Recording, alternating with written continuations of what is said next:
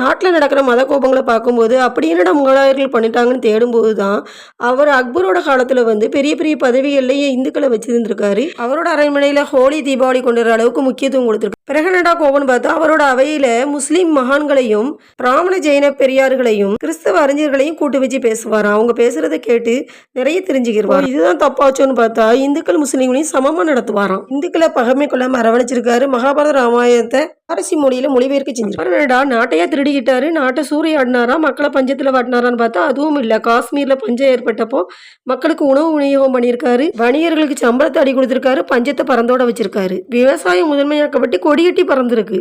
பிறகு என்னதான் ஆட்சியில தப்பு பண்ணியிருக்காருன்னு பார்த்தா வணிகர்களை ஊக்குவிச்சிருக்காரு. அயல்நாட்டு வியாபாரம் பெருக்கப்பட்டிருக்கு, சுங்கவரி குறைக்கப்பட்டிருக்கு. உள்நாட்டு வியாபாரிகளுக்கு திருடப்பட்டா இழப்பீடு கொடுக்கணும், ஸ்ட்ரிக்டா ஆர்டர் கொடுத்திருக்காரு.